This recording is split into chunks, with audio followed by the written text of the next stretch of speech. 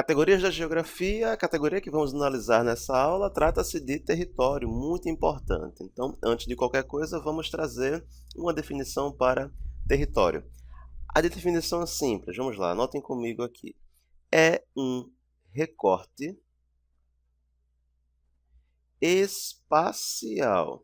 Esse espacial aqui vem de espaço geográfico, onde se tem algumas coisas interessantes. Vamos lá, primeira coisinha. Poder. Outra, domínio. Outra coisa interessante, soberania. Portanto, definição para território é um recorte espacial onde se tem poder, domínio, soberania. Podemos citar alguns exemplos. Um prático que a gente conhece muito bem trata-se do território do animal. Então, o recorte espacial, onde aquele animal tem poder, domínio, soberania, é um território, o território do animal. Podemos ter o território de um estado. O estado brasileiro tem seu território. Então, é um limite, é um recorte, é uma área onde o Estado ele vai ter o poder soberano, ele vai ter a soberania sobre esse recorte espacial.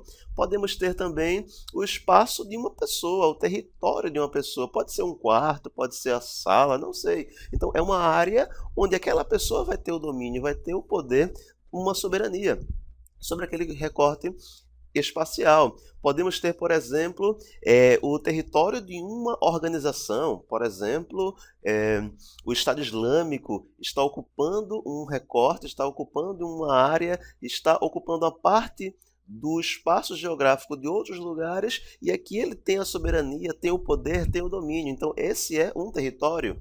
Podemos ter também o território de determinadas organizações. Por exemplo, aqui na tela você pode ver algumas estatais brasileiras que têm território delimitado, onde ele tem poder, tem soberania em outras áreas. Então, esses são os exemplos de territórios. Só que dentro do território, a gente tem alguns aspectos importantes. Primeiro aspecto, todo território ele vai ser delimitado por fronteiras. Essa palavra fronteira aqui está relacionada a entre países. Então, entre um país e outro, eu vou ter as fronteiras. Mas eu posso ter também os limites e as divisas. Aí, para o Brasil, por exemplo, limites e divisas vai para uma categoria abaixo do país. Entre um estado e outro, nós temos os limites. E entre um município e outro, temos as divisas. Outro aspecto importante é que todo estado, aliás, todo território ele é organizado por leis específicas. E essa lei é que foi criada por um grupo dominante, digamos assim, e ela que vai orientar as relações que possam existir dentro de um território. Então, podemos citar um exemplo, a Constituição Federal de um país, de um estado. É um exemplo de uma lei específica para aquele território. Então, suponha, nós temos no sul do Brasil a tríplice fronteira. Então, nessa região, você tem o país Paraguai, o Brasil e a Argentina. Nesse caso, a linha de fronteira é, na verdade, um curso fluvial. O rio é um limite entre um país e outro, o que vai se tornar uma fronteira. Mas eu posso ter também, como eu já citei anteriormente, uma Constituição como uma lei máxima para a organização daquele território. Outro aspecto importante, o território ele pode ser de três tipos. Primeiro, ele pode ser o território marítimo. Então percebam que o território do Brasil ele vai além dessa área continental. Então você tem uma região onde isso ainda é território brasileiro. Então é uma área marinha. Nós podemos ter também o território ou espaço aéreo. Então acima do continente existe uma área onde o estado, o país tem soberania, tem poder. Então aquilo ainda é o território. Temos também o território continental. Então é nessa região aqui onde O Estado, o país, ele vai ter poder, vai ter soberania, vai ter domínio, e aqui nós temos um território. Mas como é que a gente faz para proteger um determinado território? Utiliza as Forças Armadas. Para proteger o território marítimo, temos a Marinha. Para proteger o território o espaço aéreo, temos a Aeronáutica. E, por fim, o Exército para o espaço ou território continental. Bem, alguns fenômenos que acontecem no território. O primeiro, territorialidade. Eu vou colocar aqui o seguinte: a territorialidade tem a ver com poder e domínio. Como assim poder e domínio? Se um grupo, se uma pessoa, se algo, alguém tiver poder e domínio sobre um território, ali foi imposta uma territorialidade. Vamos citar um exemplo. Na capital pernambucana, no centro mais antigo, que é conhecido como Recife Antigo, existem vários territórios com características diferentes. Então, aqui eu tenho um território e dentro desse território existem várias outras territorialidades, onde você tem poder e domínio em várias áreas desse território aqui. Vou citar os exemplos.